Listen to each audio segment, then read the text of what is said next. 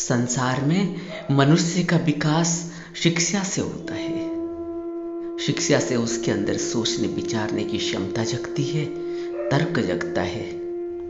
इसीलिए शिक्षा की अनिवार्यता है, एक अच्छी शिक्षा की अनिवार्यता है, ताकि उसके अंदर विवेक की जागृति हो सके, होश जग सके, मनुष्य के मन का चौतरफा विकास हो सके। मन में जो भी इंप्रेशंस आते हैं उन्हीं से प्रभावित होकर मनुष्य कार्य करता है, और जैसा इंप्रेशंस होगा उसी अनुसार कर्म करके वह सुख या दुख भोगता है। उसे कोई सुख दे रहा है और कोई दुख दे रहा है, यह लगता जरूर है, मगर हमारा मन पर पड़ रहा प्रभाव ही उसका जिम्मेवार है। थोड़ा इस पर विचार करना चाहिए। जरा सोचो, जब हम किसी व्यक्ति से पहली बार मिलते हैं तो हमें कुछ चीजें प्रभावित करती हैं जो अच्छी लगती हैं, जैसा हम पसंद करते हैं, यानी जो हमारे अंदर मन में लगे हुए इंप्रेशंस हैं उनसे वो मैच करती है, तो उस व्यक्ति से हम अट्रैक्ट हो जाते हैं, उसके नजदीक रहने का मन करता है।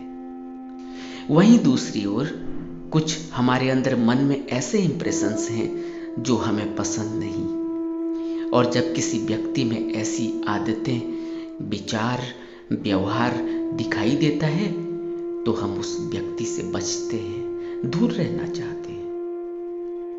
मैं आपसे यह कहना चाह रहा हूं कि आपके अंदर ही एक रिसीवर है जो सब कुछ रिसीव करता है, एक्सेप्ट करता है और रिजेक्ट करता है। और अगर आप अपने रिश्तों में अपने आप को एडजस्ट नहीं कर पा रहे हैं तो उसके लिए आपको अपने अंदर ही झांकने की जरूरत है, क्योंकि हमने कहीं ना कहीं अपने अंदर से आ रही आवाज को नहीं सुना है।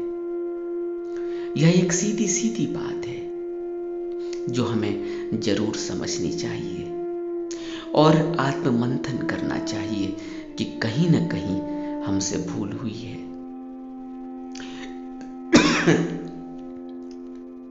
दूसरी बात जो इससे भी ज्यादा जरूरी है वह है कि हम सभी यहां किसी पक्ष पर कमजोर हैं और किसी पक्ष पर मजबूत हैं।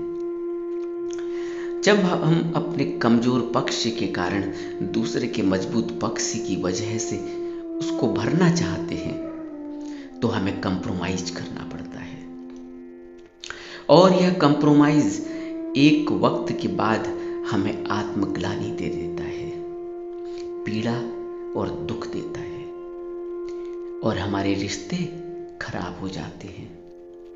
चाहे वह कमजोर और मजबूत पक्ष शिक्षा से जुड़ा हो, धन से जुड़ा हो, मान सम्मान से जुड़ा हो, घर परिवार से जुड़ा हो, या फिर शारीरिक और मानसिक स्थिति से जुड़ा हो। जैसे एक व्यक्ति पैसे वाला है, हम कम पैसे वाले हैं, तो हम कंप्रोमाइज कर जाते हैं, बावजूद इसके कि हमारे अंतःकरण से एक आवाज उठती है जो हमें आगाह कर रही है, सचेत कर रही है। या हम कम पढ़े लिखे हैं, दूसरा ज्यादा पढ़ा लिखा है, या दूसरे की घर परिवार और फैमिली अच्छी है, हम थोड़ा कमजोर हैं, हम कंप्रोमाइज कर जाते हैं। अंदर से एक आवाज आती है जो आगाह कर रही है, लेकिन हम अपने को भरोसा दिलाते हैं। यह अच्छी बात है कि आप अपने को विश्वास दिलाते हैं, मगर दूसरे के मन के बारे में, उसमें लगे इंप्रेशंस के बारे में तुम कुछ नहीं जानते, और अगर जानते भी हो तब भी तुम कुछ नहीं जानते, क्योंकि वह तुम्हारा अनुभव नहीं, तुम्हारे अंदर अभी उतनी प्रज्ञा और विवेक नहीं जगा है जो एक ज्ञानी के अंदर होता है। इसीलिए हम बहुत बुरी तरह अपने को एक शिकंजे में फंसा देते हैं, और एक वक्त के बाद सहन शक्ति खत्म हो जाती है और हम किसी भी हद तक जा सकते हैं, कोई भी कदम उठाने को मजबूर हो जाते हैं। यह एक बेसिक कारण है जिनमें हम उलझ जाते हैं। बुद्ध कहते हैं तृष्णा से दुख पैदा होता है, तृष्णा से दुख पैदा होता है। तृष्णा ही दुख का मूल कारण है। तृष्णा ही संसार में उलझाती है और तृष्णा ही संसार में दौड़ाती भी है। अपनी तृष्णा को समझने का प्रयास करना चाहिए। अब प्रश्न उठता है कि क्या तृष्णा हर व्यक्ति के अंदर है और तृष्णा से मुक्ति संभव है? हर व्यक्ति जो संसार में आता है, साधारणतया अगर बुद्ध पुरुषों को, अवतारों को, पीर पैगंबरों को छोड़ दें तो हर संसारी व्यक्ति के अंदर तृष्णा है। बुद्ध कहते हैं अविद्या से दुख पैदा होता है। अगर हम इस पर विचार करें, जैसा हमने ऊपर कहा कि एजुकेशन से सोचने, समझने, विचार करने की क्षमता जगती है, तर्क जगता है, तो हम अपनी तृष्णा को एक हद तक देख सकते हैं और विचार कर सकते हैं कि क्या मैं जो तृष्णा कर रहा हूं, इच्छाओं के पीछे भाग रहा हूं, यह तो बेअंत है। जैसे एक मोबाइल लेते हैं आप, तो काम चलाने के लिए ठीक है, मगर इच्छा उठती है कि 2 मोबाइल हो, फिर हम 3 महीने में मोबाइल बदलें, नया मॉडल आ जाता है। उनमें फिर एक अच्छा सोने का या हीरे का कवर जड़ा हो, सब आपको देखें, आपसे पूछें, आपका सम्मान करें। यह सब तृष्णा है, इसका कोई अंत नहीं। इसी तरह कार है, पैसा है, घर है, जो भी चीज एक जरूरत के अलावा इच्छा, आशा और तृष्णा का रूप ले ले, हवस का रूप ले ले, वही इंसान को दुख देने लगती है। मगर उसको अंधी दौड़ में दौड़ते हुए यह सब दिखाई ही नहीं देता कि यह दुख है। यह सब अविद्या का परिणाम है। बुद्ध जब अविद्या कह रहे हैं तो विद्या का अर्थ है अंदर से होश और जागरूकता का होना, विचारों का उठना, विचार उठना कि क्या सही है और क्या गलत, एक प्रज्ञा की किरण का उदय होना। नहीं तो सोचो, विद्या तो हम सब अर्जित करते ही हैं, सब पढ़े लिखे हैं और किस तरह से तृष्णा की दौड़ में दौड़ रहे हैं, किस तरह दुख पा रहे हैं। तृष्णा पूरी नहीं होती तो क्रोध घेरता है और तृष्णा पूरी होती है तो भोग घेरता है। यह बड़ा दुष्चक्र है, इसको अच्छे से समझना चाहिए और विचार करना चाहिए।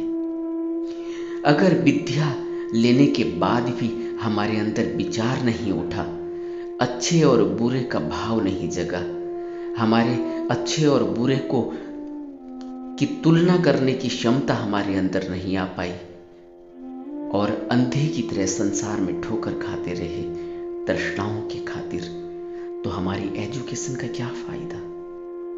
तभी बुद्ध कहते हैं अविद्या हो तो दुख पैदा होता है। बुद्ध अविद्या कहते हैं अगर विवेक न जगा हो, प्रज्ञा न जगी हो, क्योंकि विद्या तो सभी के पास है और वही व्यक्ति ज्यादा परेशान है, उसी के अंदर तृष्णा ज्यादा उठ रही है।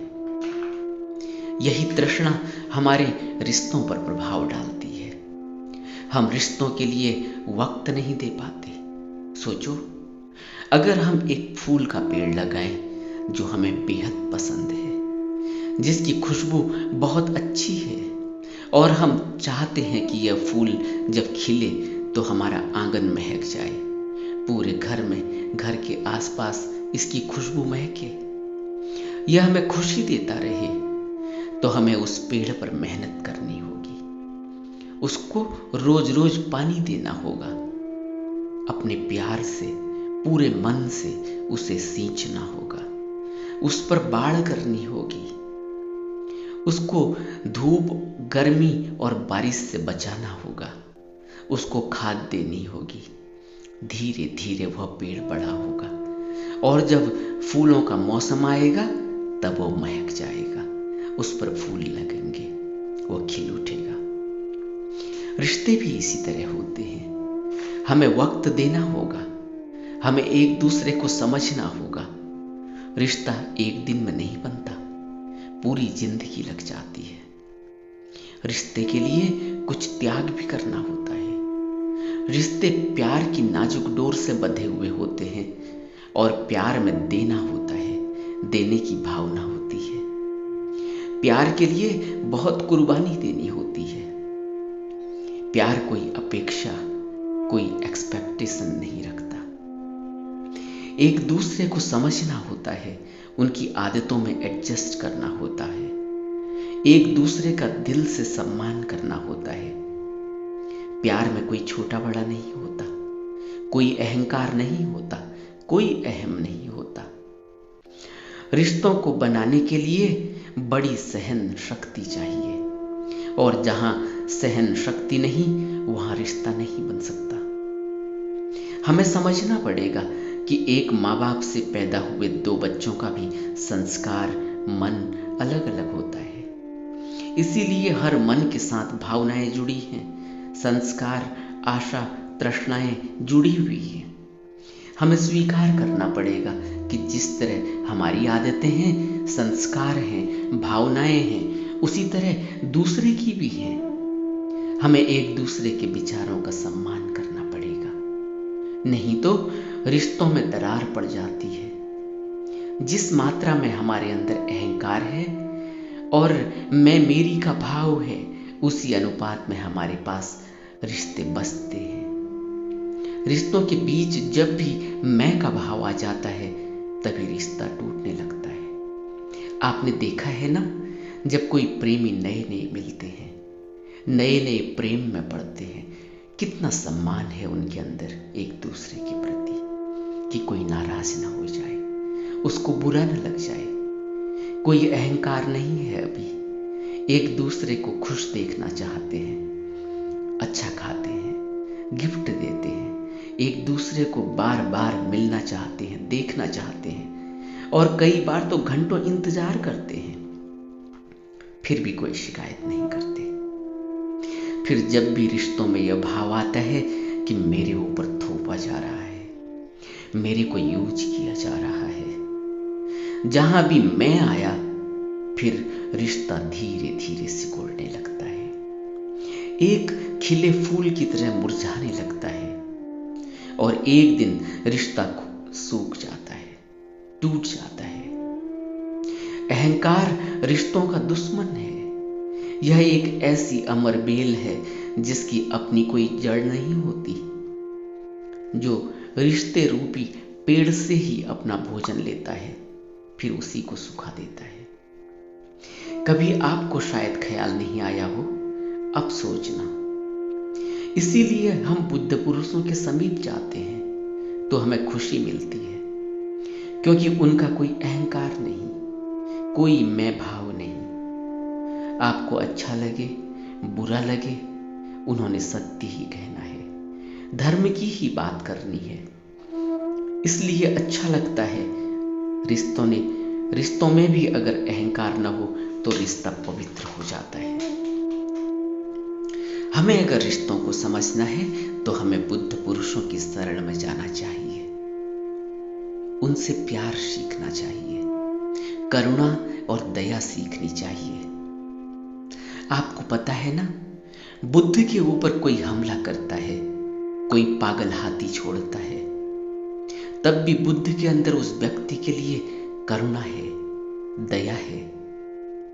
यह कितनी बड़ी बात है जो बुद्ध ने पूरी मनुष्य जाति को बताई, करके दिखाई कि अगर आपका दिल साफ है, किसी के प्रति कोई शिकायत नहीं, दुख नहीं, क्रोध नहीं, अहंकार नहीं, मैं और मेरी का भाव नहीं, बस करुणा है, दया है, तो बुद्ध का कोई नुकसान नहीं होता।